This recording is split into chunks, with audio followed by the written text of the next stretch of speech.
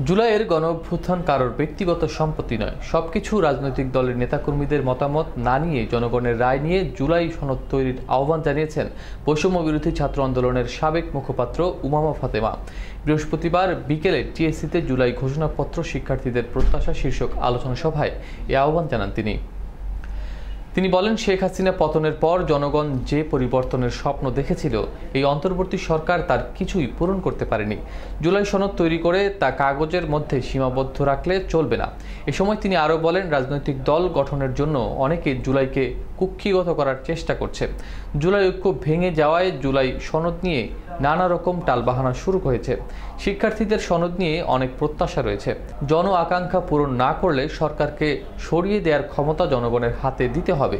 সবাই গণতান্ত্রিক ও মানবিক বাংলাদেশ গঠনে সরকারকে জবাবদিহিতার আওতায় আনার আহ্বান জানান বক্তারা।